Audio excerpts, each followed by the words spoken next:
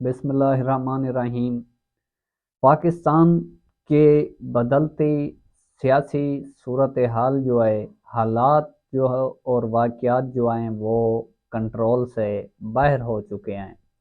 پاکستان کو اس کفایت پر پہنچانے والے جو لوگ ہیں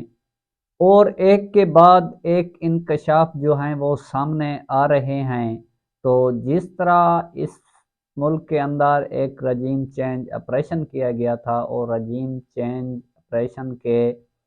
اندر جو جو لوگ ملوث تھے، مولانا فضل الرحمان کے انکشاف کے بعد جو ہے وہ راجہ ریاض کے انکشاف جو ہیں وہ بھی سامنے آ گئے ہیں۔ تو آج اس ذمہ داری کے اوپر پہنچنے کے بعد جو ذمہ دار لوگ ہیں وہ اپنی ذمہ داری قبول کرنے کو بالکل بھی جو ہے وہ تیار نہیں ہیں۔ ایک تو نواز شریف کو لانے والے جو تھے اور اس ملک کو دلدل میں دھکیلنے والے جو طاقتور لوگ تھے وہ تین مورچے تھے۔ ایک چیف جسٹس قاضی فائز عیسیٰ تھا جس نے مورچہ سنبھالا ہوا تھا، اور دوسرا جو تھا وہ سکندر سلطان راجہ تھا، اور تیسرا جو تھا وہ آرمی چیف تھا۔ اور کیوں نواز شریف اور مسلم لیگ نون کہتی تھی کہ جو چیف جسٹس عمر عطا بندیال ہے اس کے جانے کے بعد جو ہیں وہ الیکشن کرائے جائیں، آج چیف جسٹس قاضی فائز عیسیٰ کے اوپر کمشنر راولپنڈی کی طرف سے جو الزامات لگے ہیں تو وہ چیف جسٹس قاضی فائز جو ہے وہ غصے میں آ گیا، اور چیف جسٹس جو ہیں وہ برہم ہو گئے، اور وہ اپنے سر کے اوپر ذمہ داری لینے کو تیار بھی نہیں ہے۔ انہوں نے جو گیند ہے وہ اٹھا کر جو ہے وہ الیکشن کمیشن کی جو گود میں ڈال دیا ہے، اور جب الیکشن کمیشن کے اوپر بات ہوتی ہے تو وہ جو الیکشن کمیشن ہے وہ یہ بات اٹھا کر کسی اور کی گود میں ڈال دیتا ہے۔ تو اس تمام تر صورتحال اور کفایات کو دیکھتے ہوئے یہ جو ایک پریس کانفرنس ہوئی ہے، بادی النظر میں اس پریس کانفرنس کے پیچھے جو ہے وہ ایک اہم طاقتور شخصیت کا ہاتھ ہے، جس کا ذکر میں کر چکا ہوں کہ تین مورچے تھے اور تین لوگوں نے یہ مورچے سنبھالے ہوئے تھے، اور کس لیے سنبھالے ہوئے تھے، اور اس شخص کے لیے سنبھالے ہوئے تھے جن نے 17 سیٹوں کے اوپر جو وکٹری سپیچ کی تھی۔ اس وکٹری سپیچ کے بعد اب وہ گمنامی میں چلا گیا ہے۔ تو اس کے بعد اب جو مسلم لیگ نون ہے وہ واضح طور پر کہہ چکی ہے کہ ہم یہ جو ذمہ داری ہے وہ قبول نہیں کرنا چاہتے۔ اب تو وہ خود اپنے منہ سے یہ اعتراف کر رہے ہیں کہ جو 16 ماہ ہم نے حکومت کی ہے اس حکومت کے بل بوتے ہمیں یہ سبب اور یہ پھل ہمیں ملا کہ جو ہم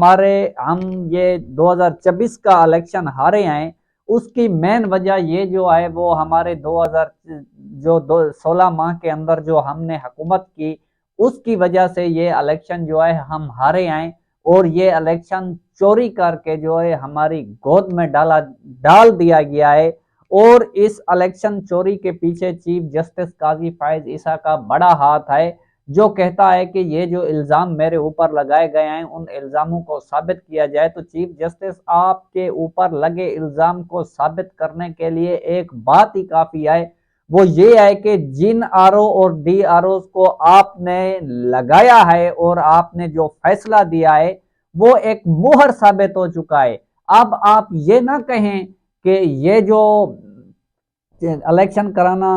چیف الیکشن کمشنر کا کام ہے، وہ تو ٹھیک ہے، الیکشن کرانا چیف الیکشن کمشنر کا کام ہے، لیکن اس کے اندر آپ کا بھی رول تھا۔ آپ نے ایک پارٹی سے جو ہے اس کا نشان واپس لے لیا، یعنی اس پارٹی کے اوپر آپ نے پابندی لگا دی، اور اس پارٹی کے ہاتھ پاؤں باندھ کر آپ نے بیوکریسی کے آگے پھینک دیا اور کہا کہ جائیں آپ جو ہیں وہ الیکشن لڑیں۔ لیکن جب آپ کے پاس درخواستیں لے کر آتے تھے تو آپ ان کی درخواستیں بھی نہیں سنتے تھے۔ جب لیول پلینگ فیلڈ کی درخواست آئی تو آپ نے ان سے لیول پلینگ فیلڈ کی بات کی جائے تو آپ نے فیلڈ ہی کھینچ لی ہے، تو پھر لیول کیا ہوگا؟ تو ان تمام تر صورتحال کی ذمہ داری آپ کے اوپر آتی ہے، اور اس کے بعد چیف الیکشن کمشنر کے اوپر آتی ہے۔ تو ان تمام تر صورتحال کو دیکھتے ہوئے جو طاقتور لوگ ہیں انہوں نے دیکھا ہے کہ یہ جو حالات اور واقعات کا ملبہ ہے یہ ہمارے سر کے اوپر ڈالا جا رہا ہے۔ تو انہوں نے ایک چال چلی، جو الیکشن کمشنر ہیں وہ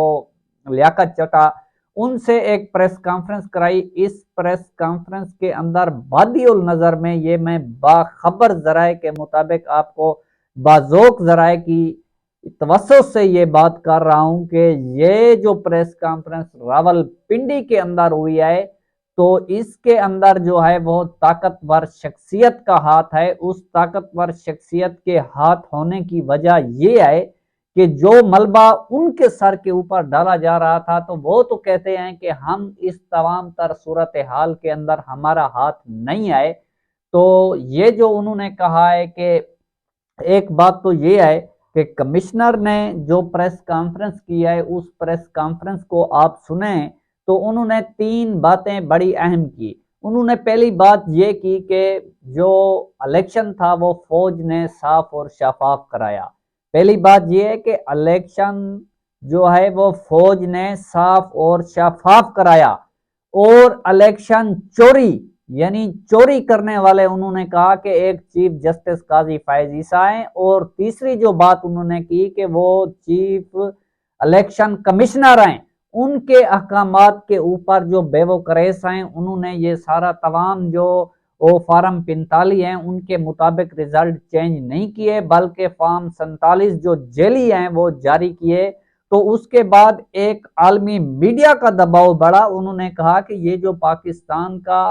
الیکشن ہے وہ چوری ہوا ہے تو اس کو کسی صورت بھی جو ہے وہ قبول نہیں کیا جائے گا، جس کے بعد طاقتور لوگوں کے سر کے اوپر ایک دباؤ آیا تو وہ ان کا جو حالات تھے ان کے ہاتھ سے باہر ہوتے جا رہے تھے۔ تو انہوں نے شریف خاندان اور زرداری خاندان اور جو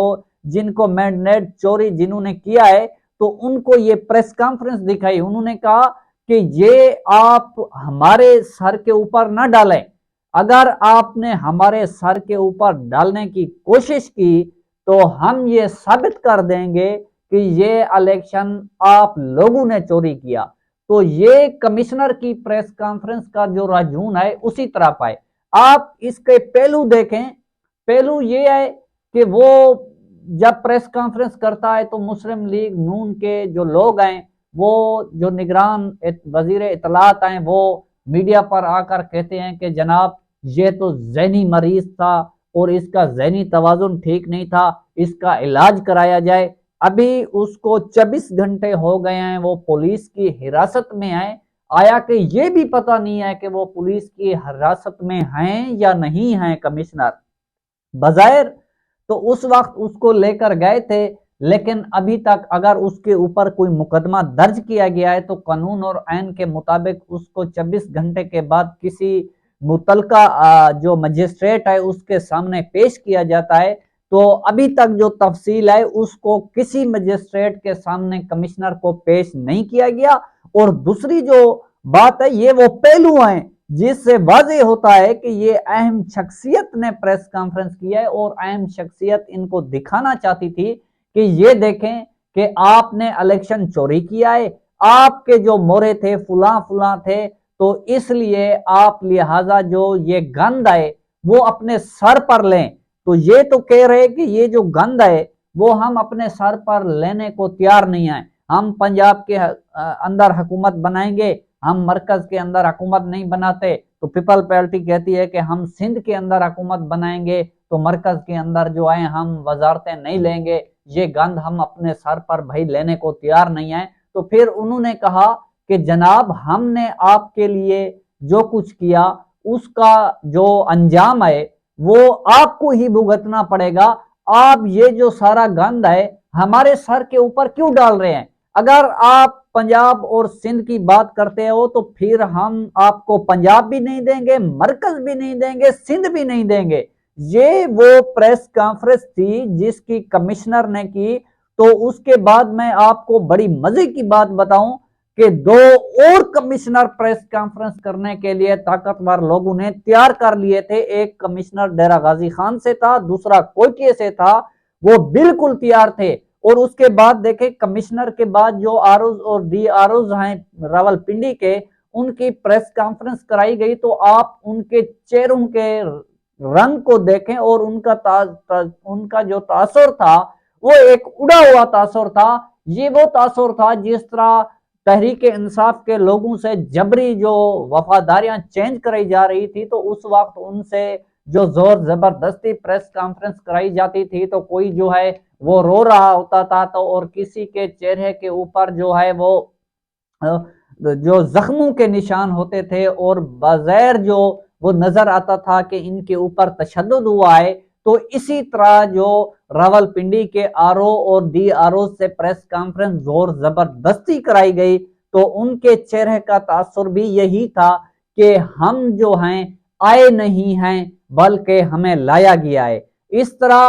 تو ابھی تک اس کمشنر کا جو ہے وہ میڈیکل نہیں ہوا، بالکل نہیں ہوا۔ کیوں نہیں ہوا؟ کہ وہ تو بالکل صحت اور جسمانی طور پر مضبوط تھے اور اس کا اس طرح سے کوئی تعلق نہیں تھا کہ وہ